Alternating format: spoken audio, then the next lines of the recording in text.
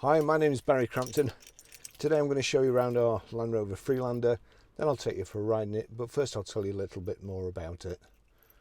I won't be going out there today. It's a Freelander 2 2.2 SD4 HSE Luxury, four-wheel drive of course, 2013 on a 13 plate.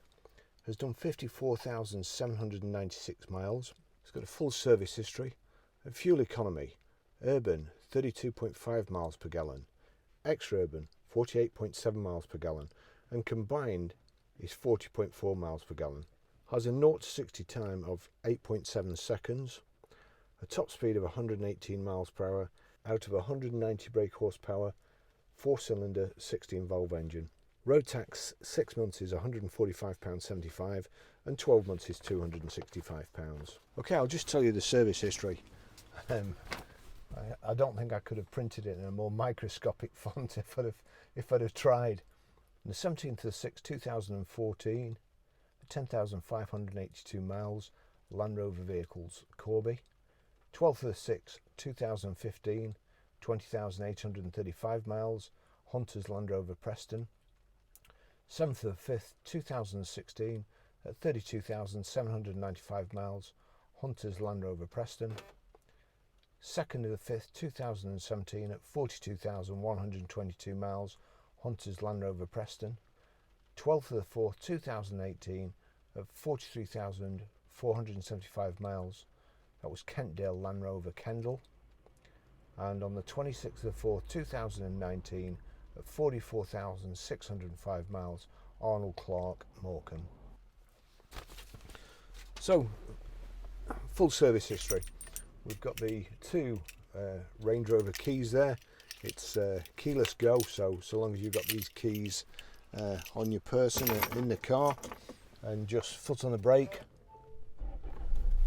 press the button, away we go. Good specification, lovely car, not being cleaned yet. This is just as it's come in. I've driven it to take photographs, and I'm part way through the video now, and it drives absolutely beautiful. It's a shocking day outside, absolutely awful, and this is just the type of day that you want to be in a Land Rover product, especially one of the high spec ones like this. For instance, we've got heated seats there, and we've also got a heated steering wheel and heated front screen as well as heated back screen as well. We've got the glass panoramic roof. It's beautiful leather, and driving this, it's just kind of come home to me that these seats are actually more comfortable than the seats in a Range Rover Sport, and whoever's had this must be quite a diminutive person, because it feels like a brand new one as well. You know, this car's 7 years old, and the seats, the sponge in the seats still feel it still feels brand new, and it's got electric memory seats, and of course I always do it's like a bit of private detective work to build up a picture of who's had it before, and I'm a bit scared of doing this because whoever has had it must be very, very light, and light people are usually short, so I could well get crushed against the steering wheel here. Hang on, that's position 1. Not too bad. Position 2, again the seat moves and the mirrors move as well. That's position 2, and then position 3. Now, although that's a strange position, that suggests to me that whoever's had this car couldn't give a toss about anything. He's actually got one of his seat positions in a position to have a kip, so he must regularly just have a snooze in his car. He's not going to be racing anywhere. I doubt very much whether this car's been over 2,000 revs in its life. So hang on, I'll just get back to something near. There we go. And we've also got, let's just see, height and reach adjustable steering wheel as well. Let's just get that down there, and yeah, it will go down a bit more. I thought it would. I'm now, it's freezing outside, and I'm now boiling in here. The heater's fantastic. So we'll get going. And another startling conclusion I came to before is that this having the 2.2 engine in, the old 1.8 Freelanders used to feel a bit light on the front end for me, and the ones with the diesel engine, obviously quite a bit heavier, seem more planted at the front. This with the 2.2 engine in, and the Range Rover Sport's got a 3 litre engine in, I'm loath to admit it, but I think this actually might drive better than the Range Rover Sport. I prefer the Range Rover Sport, the size of it, because you know, if you're approaching a vehicle waiting to pull out, with this it's a bit more compact, and they'll pull out in front of you and you have to slam on. But in a Sport, they'll think to themselves, if he doesn't stop, he's going to kill me. But the suspension, it's probably better suspension. And I noticed, because where I go and film the cars these days is on my way home, and one of the guys who subscribes to me on YouTube was talking to him a few weeks ago, and I'm not going to mention any names, and I hope you won't mind me saying, but suffers from OCD, and to such an extent that if he goes out in the car and he feels he could have driven better, he'll go back and do the journey again. And you know, that should be made law, because you see people driving on the road and they're just absolutely useless. But I took it upon myself to try and drive better on the way home every night, to try and judge stopping distances, going round roundabouts, and even taking bends. With four-wheel drive or Land Rover products, they're set up so well. There's no fantastically hard suspension, but they're set up whereas if you input some steering angle, the weight of the car shifting will actually help you go around the corner, and you can actually be turning back while it's still going around the corner, if that makes sense. I'll perhaps try and show you. But this is so comfortable. I'm boiling. I wonder if I've got it.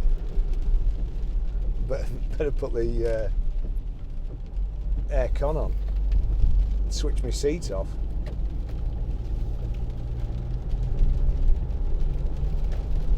There we go. It's effortless driving. The engine's just about the right size for the car, although I'd like one with a 3 litre or 4.4 engine in. That'd be absolutely awesome. With the steering's perfect, with no wobbles. It's not pulling, except where you'd expect it to with the camber of the road. You've got your heated seats there, your heated front screen and rear screen there, the switches there, the all-important heated steering wheel here, and then you've got your phone controls, your cruise controls, and everything is proper switches, easy to use. Here we go. Just switch the nav screen on, just got to agree that everything's all right. So sat nav, it's got Bluetooth hands-free, Bluetooth audio streaming. You've got your terrain response switches here in the middle, cup holder, and then we've got another cup holder there, USB in and auxiliary in.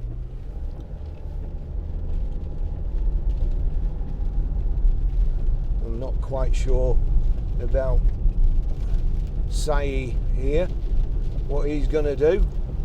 I've got a funny feeling about him.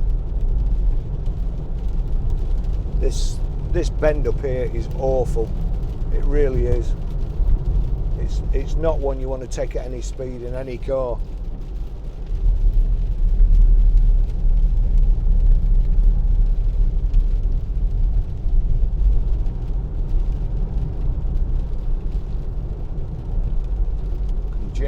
junction 2 exit.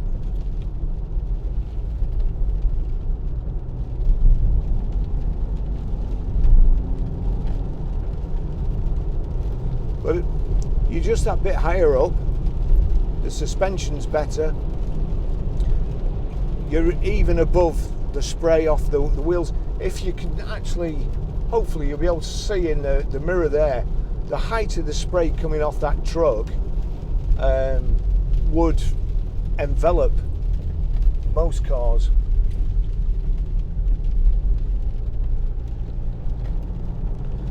You know, I was out in that BMW 3 Series yesterday, and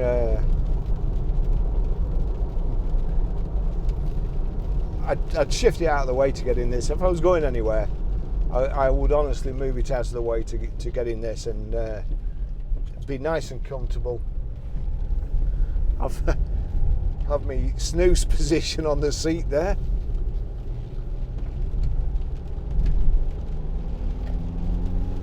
It's fast enough for anybody. You can knock the gear selector over there, change up like so, and down by pulling it back. But the gearbox is so well mated to the engine, there's just no need to move it out of drive at all. We'll just put the set the cruise control there, so that's set. I don't really want to move out, but this vehicle's coming up, so we're just doing a little bit less than 70, and it's about 1750 revs.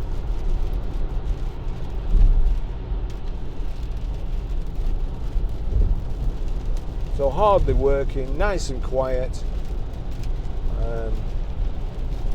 nice light and airy in the cabin with this pan roof. You can put that blind across if you wanted to. There's an old 8 plate there. I'm sure it's not on the trailer because it's broke down. It's obviously being delivered to a new customer. Let's get past.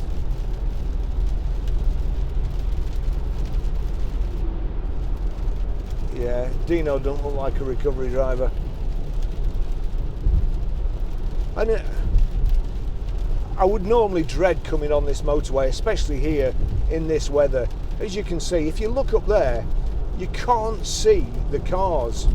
They're disappearing in spray. And we're fine. So nice and comfortable. Cruise control on. I'm going to have to knock it off here because coming off at the next junction and they bunch up here. But you know, like that BMW there, it'll be on probably M Sport suspension with run flats, and the car will be growling down the motorway, and you can feel everything through the steering wheel. Just horrible. Nothing here. You can feel the road okay, but you can't feel every little grain in the tarmac. Just great cars.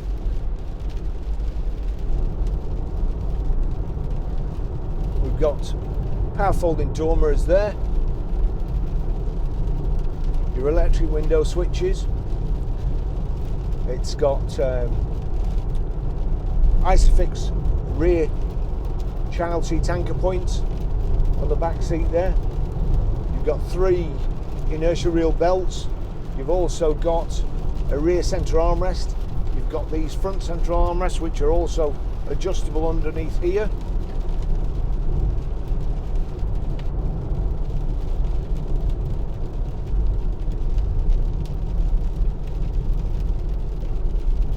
Just a very nice, and I prefer the shape of these. These are like the old Range Rover as well, not as rounded, and I just think they look better, but nice and simple. You know, I looked at that BMW dashboard yesterday, and I mean, it looked fantastic. It really did look fantastic. But as far as information goes that the driver wants and needs at some stage, you have to concentrate too much to get it. whereas this is just nice. Speedo on the left hand side, right hand side you've got your rev counter, coolant temperature in the center left, fuel gauge center right.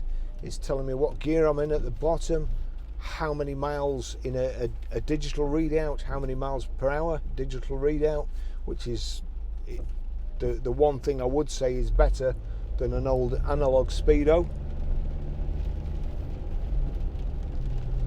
Then at the top it's telling me what the audio, it's on radio at the moment, and the outside temperature. Just a very relaxed way of driving.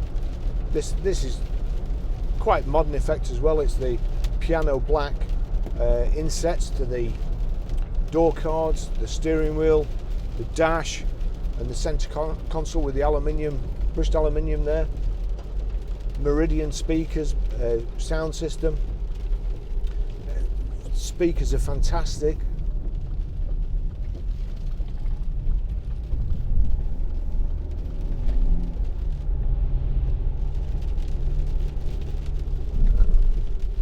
Well, I'll just let this just slow down. There's nothing behind me. Let this wagon go.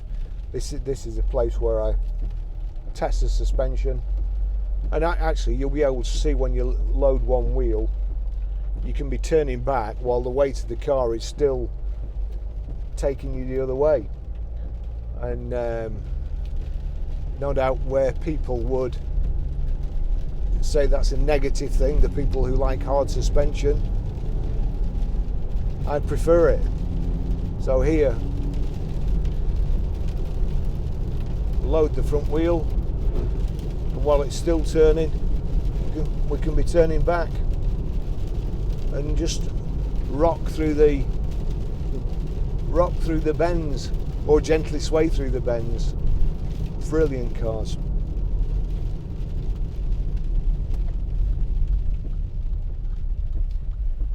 I don't know.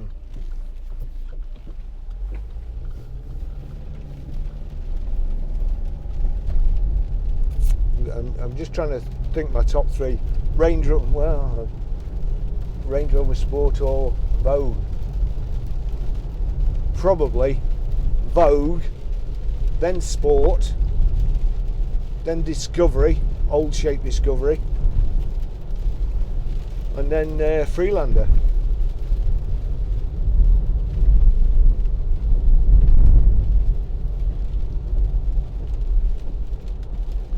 When we get back to the garage, I'll show you how to pair a mobile to the Bluetooth system, how to delete a mobile, how to stream audio, how to set the sat nav. The next video, what we got in. The Freelander we had the other day, that sold the day after the video came out. We had 2 people wanting that, so the video was very, very popular as well, so I'm expecting this one to be. It's in, I'm going to call it Kingfisher Blue, but it could be anything. It's a blue metallic. It's a very popular colour. We had a Range Rover Sport in this colour, and somebody from Devon, I think Taunton, Somerset, they had been looking for one for months. We got that in and they bought that straight away, specifically because of the colour. Nice rich colour, good combination with this charcoal leather as well. It's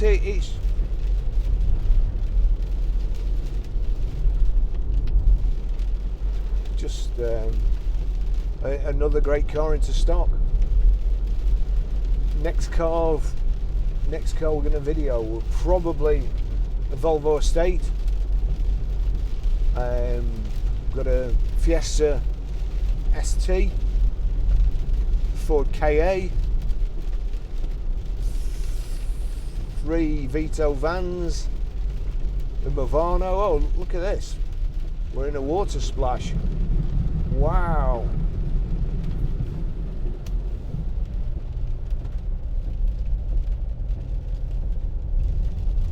Me and dead owls don't give a hoot. Big water splash. Now he's going to struggle.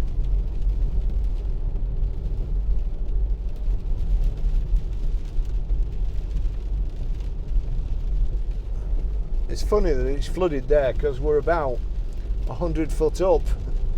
We're probably one of the highest places in the in Waltmeydale. Crikey, the river's flooded, and I live by the side of it. Right, I'll finish the test drive there. Lovely car, as per usual. And as people commented, whenever I'm doing Land Rover product, I've always got a smile on my face, so it's probably hard to tell, but they're just so good. Thanks for watching. See you in the next video.